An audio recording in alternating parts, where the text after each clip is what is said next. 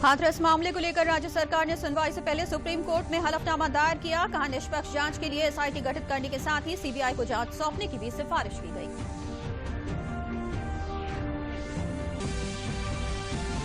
केंद्रीय सूचना और प्रसारण मंत्री प्रकाश जावड़ेकर ने सिनेमा हॉल और मल्टीप्लेक्स को लेकर दिशा निर्देश जारी किए। कहा फिल्म देखते समय सामाजिक दूरी, मास्क और सैनिटाइजर समेत अन्य सावधानियों का रखना होगा ध्यान।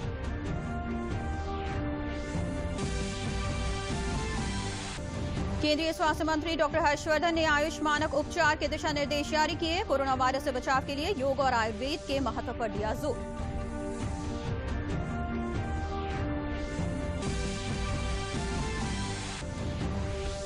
कौशल विकास से स्वरोजगार को बढ़ावा देते हुए मिर्जापुर के शिल्पकार अविनाश कुमार प्रधानमंत्री नरेंद्र मोदी के आत्मनिर्भर भारत और वोकल फॉर लोकल के स्वप्न को कर रहे हैं साकार।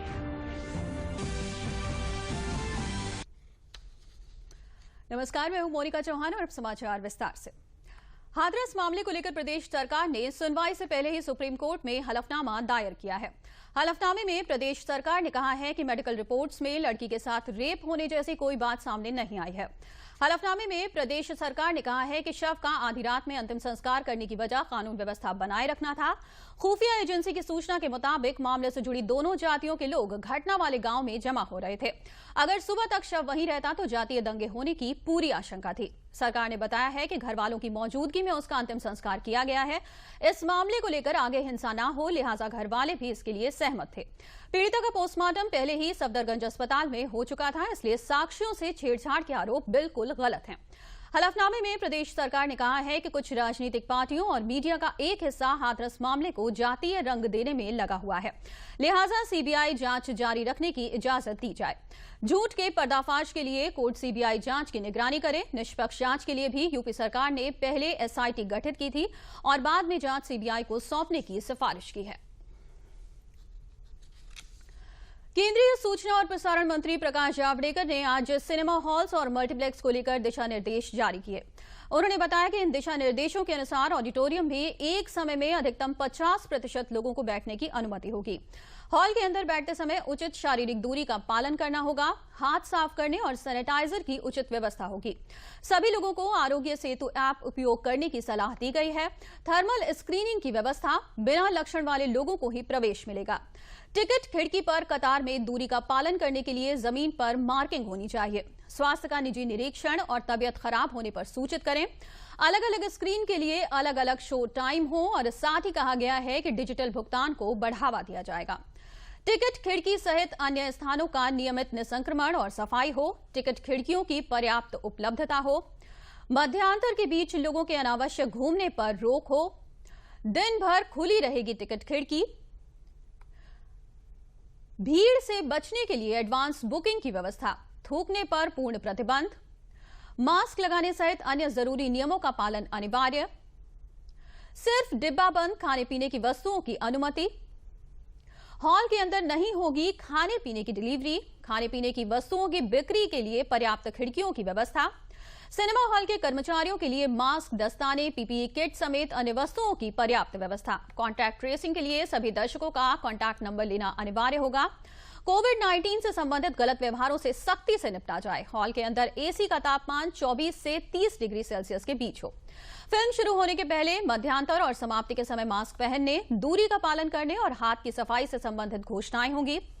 केंद्रीय सूचना और प्रसारण मंत्री प्रकाश जावड़ेकर ने कहा कि सिनेमा हॉल में फिल्म देखते वक्त लोगों को सामाजिक दूरी, मास्क और सैनिटाइजर समेत अन्य सावधानियों का ध्यान रखना होगा।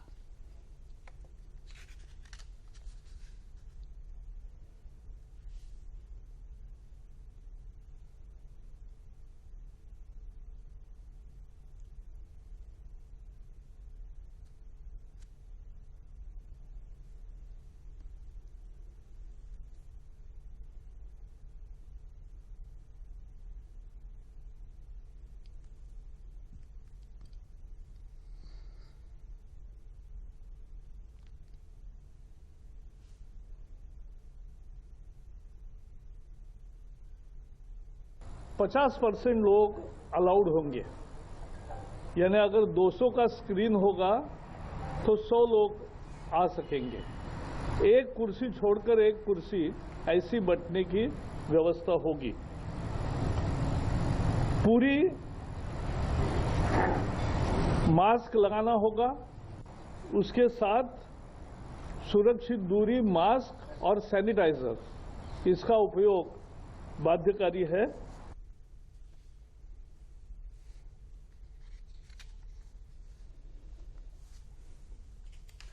केंद्रीय मंत्री ने कहा कि फिल्म देखने के लिए ऑनलाइन बुकिंग और डिजिटल भुगतान को बढ़ावा देने की जरूरत है।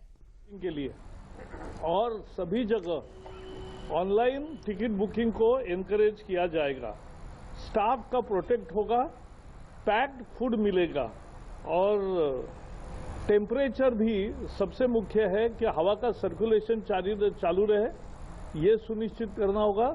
23, 24, 25 इतना ही टेम्परेचर रख सकते हैं और उसके बाद एक क्रॉस वेंटिलेशन होगा, ये भी सुनिश्चित करना जरूरी है।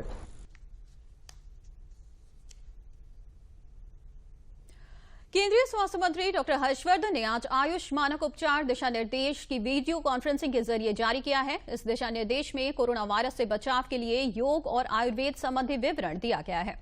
ये दिशा निर्देश 7 लाख से अधिक पंजीकृत आयुष चिकित्सकों को महामारी प्रबंधन में मदद के लिए सार्वजनिक डोमेन में उपलब्ध कराए गए हैं।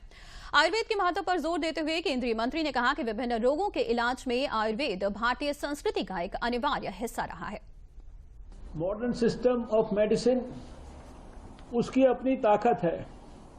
उसने आधुनिक तरीके से बहुत सारे उपचार और बहुत सारी शल्य चिकित्सा और बहुत सारी चीजें लोगों के लिए उपलब्ध कराई हैं, जिसके कारण लोगों का जीवन बेहतर हुआ है।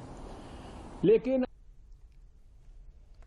कोरोना के खिलाफ सरकार के सख्त कदमों की मदद से बेहतर नतीजे सामने आ रहे हैं। स्वास्थ्य और परिवार कल्याण मंत्रालय के मुताबिक देश में कोरोना वायरस महामारी से संक्रमित लोगों में से अब तक 56,62,490 मरीज स्वस्थ हो चुके हैं, जिसके बाद देश में रिकवरी रेट बढ़कर 84.70% हो गया है। देश में कोविड से मृत्यु दर घटकर 1.55% रह गई है। पिछले 24 घंटों में 75,787 मरीज स्वस्थ हुए हैं।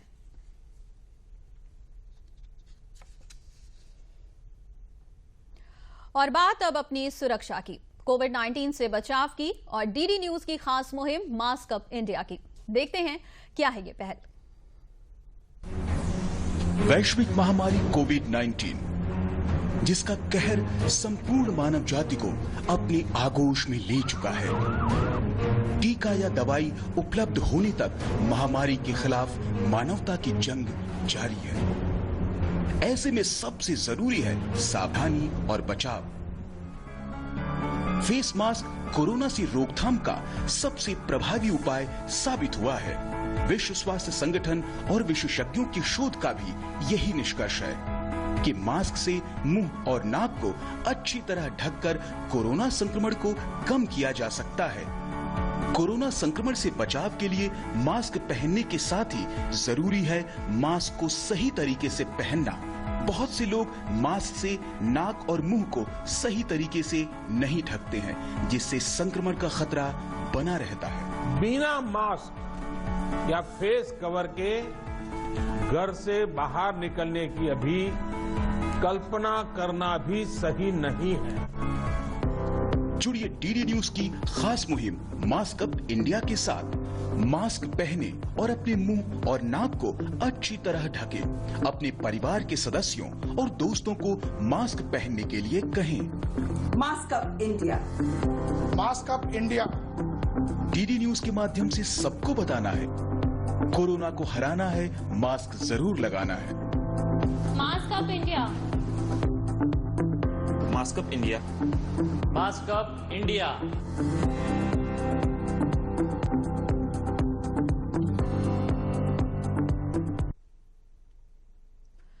कोरोना को हराना है, मास्क जरूर लगाना है। कोरोना से बचने और खुद को सुरक्षित रखने के लिए आप सभी से अपील है कि मास्क जरूर पहनें, 2 गज की दूरी रखते हुए सोशल डिस्टेंसिंग का पालन करें और बार बार साबुन से अपने हाथ जरूर धोते रहें। आप लोगों के लगातार प्रयासों से ही भारत जीतेगा और कोरोना हारेगा।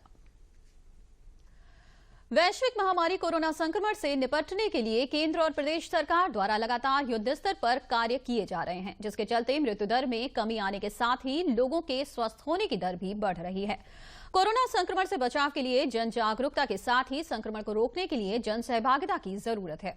कोरोना के खिलाफ लड़ाई में सभी को जिम्मेदारी के साथ सरकार द्वारा बताए गए नियमों का पालन करते हुए दायित्व निभाना चाहिए। वहीं प्रसारण मंत्रालय, भारत सरकार की विभिन्न इकाइयों द्वारा भी जागरूकता अभियान चलाया जा रहा है। इसी क्रम में फिल्म जगत से जुड़े कानपुर के राजू श्रीवास्तव ने कुछ अपने अंदाज में विचार साझा कर लोगों को कोरोना संक्रमण से बचने की सलाह दी।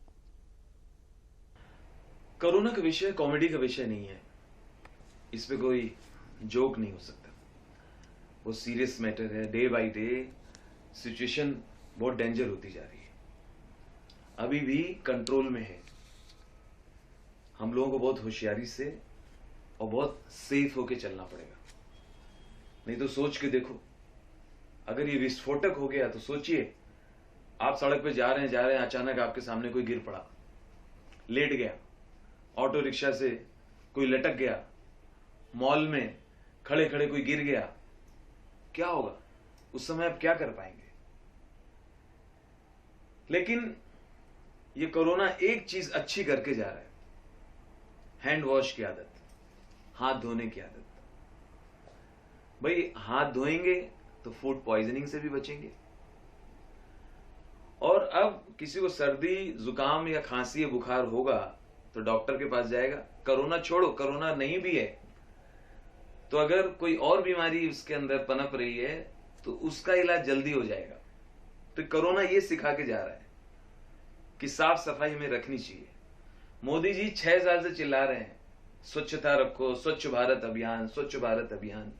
कुछ लोग जानबूझ के उसका अनादर कर रहे थे, उसको फॉलो नहीं कर रहे थे। कुछ लोग, कोरोना ने 1 मिनट में सिखा दिया, 1 मिनट में हमें स्वच्छता के लिए मजबूर कर दिया।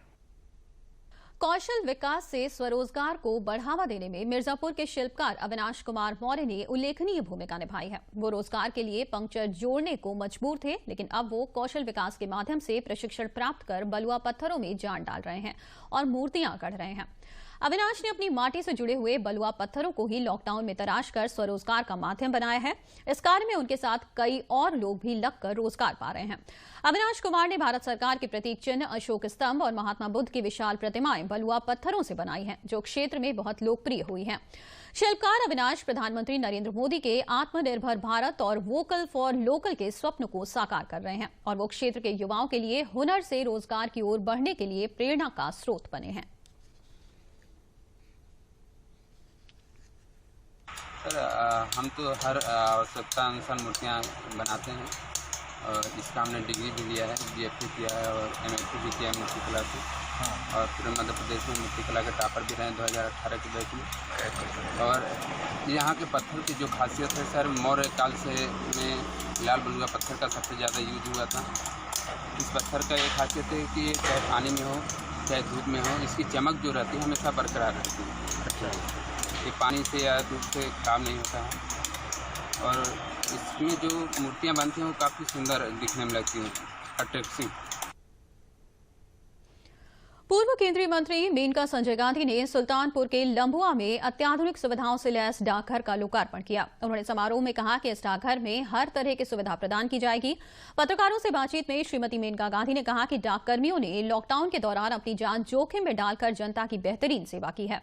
उन्होंने कहा कि भारतीय डाक सेवा दुनिया भर में अपनी साख और सेवा के लिए जानी जाती है। Chief postmaster general Kaushalendra Kumar Sinha ने कहा कि डाकघर में आधार कार्ड बनाने के लिए विशेष सुविधा प्रदान की गई है। उन्होंने बताया कि डाक विभाग ने अब देश के प्रमुख धार्मिक स्थलों जैसे तिरुपति के बालाजी, अयोध्या के हनुमानगढ़ी, वैष्णो देवी और काशी विश्वनाथ मंदिर आदि स्थलों से प्रसाद मंगाने की भी सुविधा दे दी है।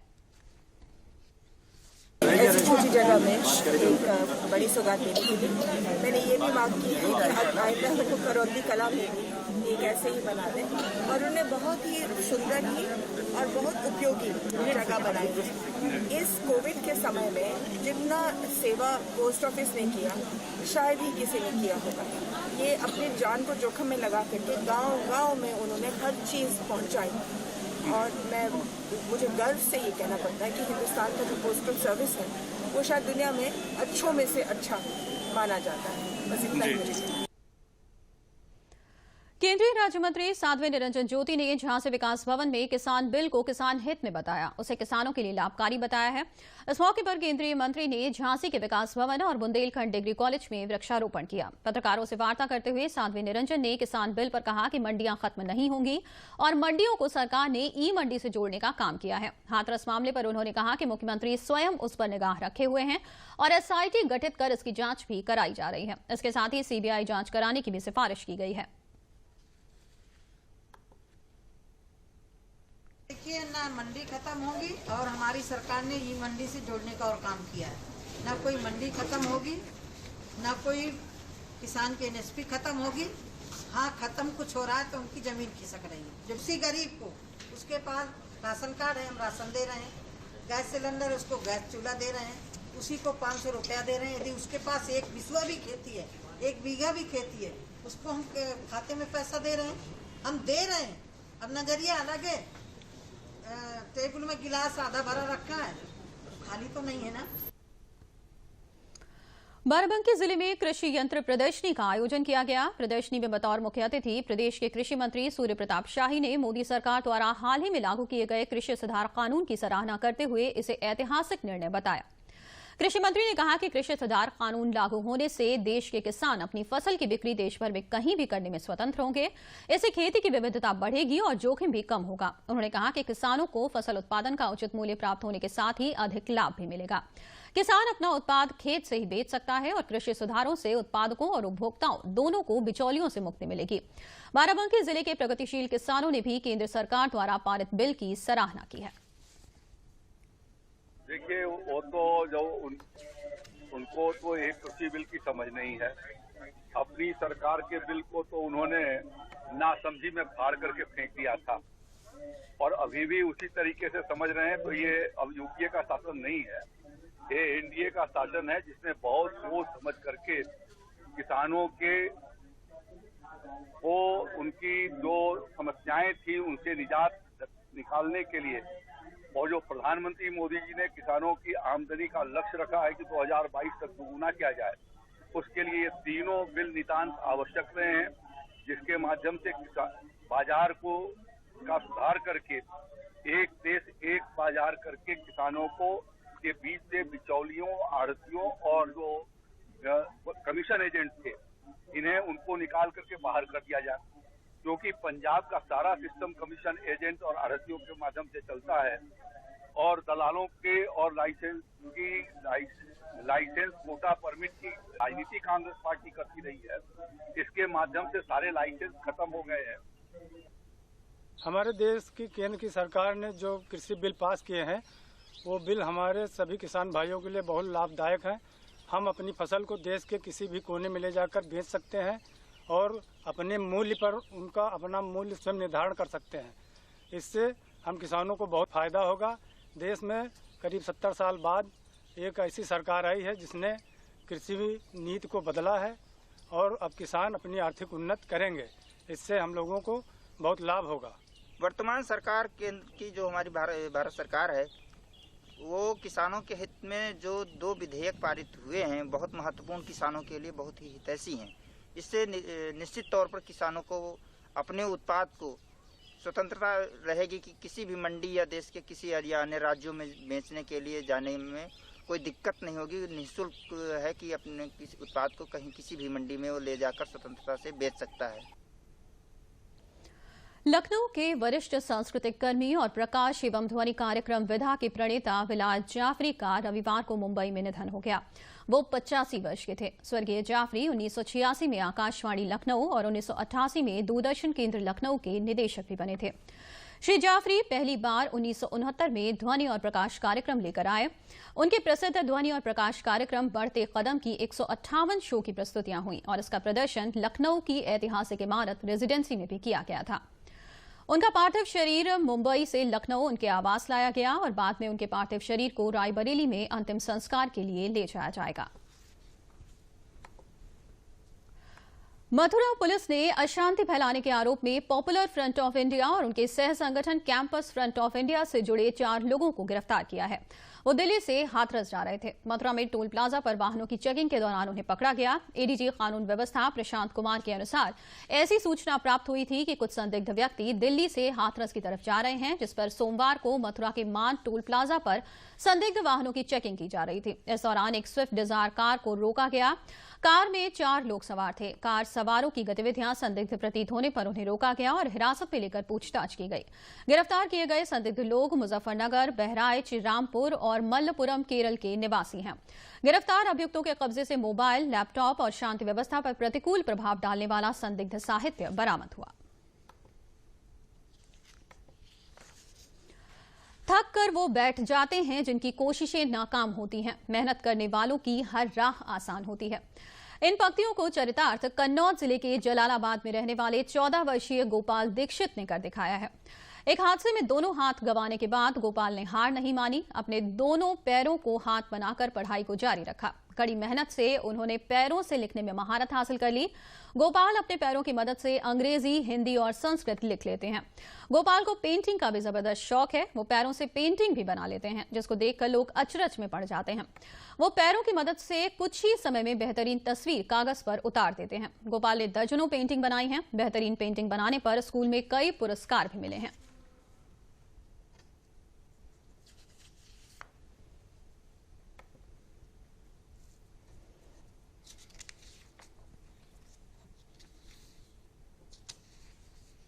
पैर से खाना खाते हैं, पैर से लिखते पढ़ते, पैर से सारा काम पैर ही करते हैं। अपना सारा काम पैरों से करते हैं, सफाई करते हैं, नाल भी लेते हैं पैरों से, और उसके बाद में खाना भी पैरों से खाते हैं, चाय बिस्किट ये सब पैरों से, और पढ़ाई भी अपने पैरों से ही लिखते पढ़ते हैं।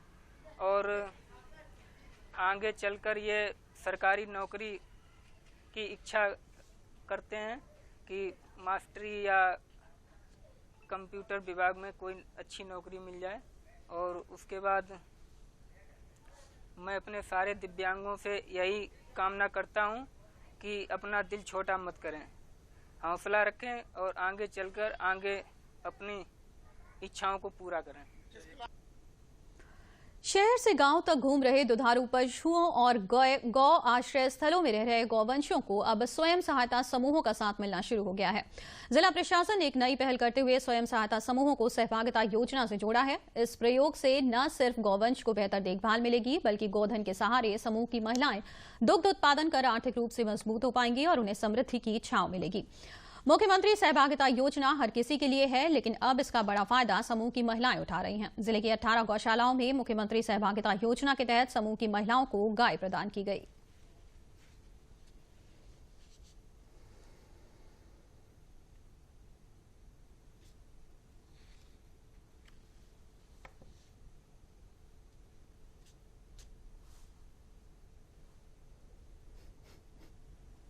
आजीविका मिशन के तहत हम लोग समूह की महिला हैं।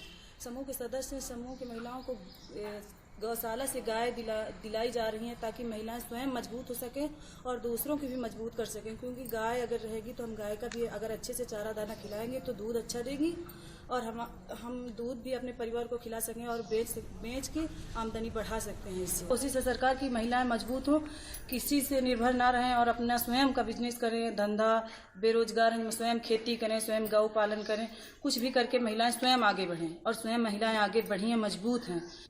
गायों को पालन पोषण करते हैं और चारा अपने उनको दूध देंगी, बेचेंगे तो उससे लाभ होगा और बचत होगी।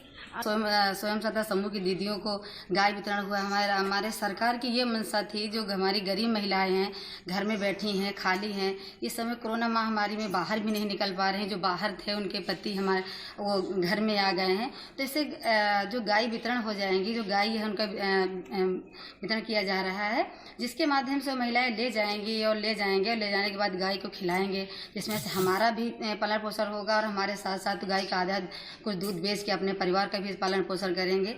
आज आप देख रहे हैं कि हमारी बहुत सी गांव किसानों की समस्या है, अन्ना मौसी घूम रहे थे।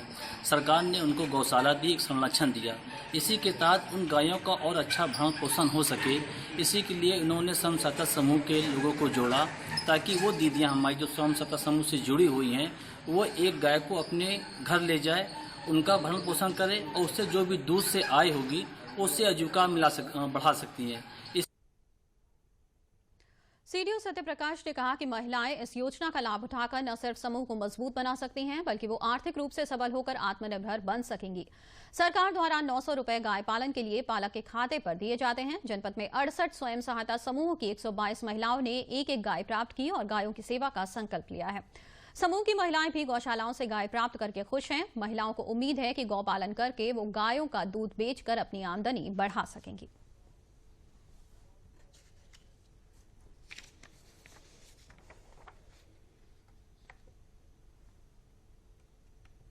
सहायता समूह की बहुत सारी दीदियां हैं जो दूध का कारोबार करना चाहती हैं, जिसके लिए वो कई बार बैंक से लोन लेके पशु खरीदती हैं और फिर दूध का उत्पादन करती हैं। तो गौशालाओं में बहुत सारी दीदियों ने देखा कि बहुत सारी बछियाँ हैं जो लोगों ने छोड़ रखे हैं और वो अगर उनको पालन किया जाए तो उनसे दूध काफ़ी उत्पादन हो सकता है। तो काफ़ी सारे स्वयं सहायता समूह की महिलाओं द्वारा मुझे अप्रोच किया गया कि सर हम लोग गाय लेना चाहते हैं। तो इसलिए एक जनपद स्तर पर अभियान चलाया गया कि जो भी स्वयं सहायता समूह की महिलाएं हैं जो गाय लेना चाहती हैं उनको दिया जाए। हाथरस मामले को लेकर राज्य सरकार ने सुनवाई से पहले सुप्रीम कोर्ट में हलफनामा दायर किया। कहा निष्पक्ष जांच के लिए एसआईटी गठित करने के साथ ही सीबीआई को जांच सौंपने के लिए सिफारिश की।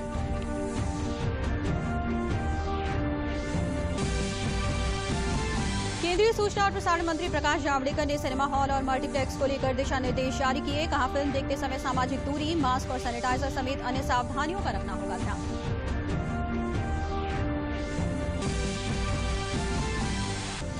केंद्रीय स्वास्थ्य मंत्री डॉक्टर हर्षवर्धन ने आयुष मानक उपचार के दिशा निर्देश जारी किए। कोरोना वायरस से बचाव के लिए योग और आयुर्वेद के महत्व पर दिया जोर।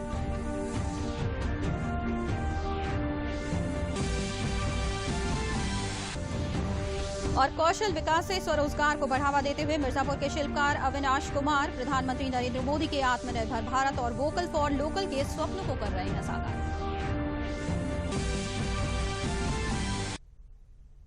इसी के साथ समाचार समाप्त हुए। नमस्कार।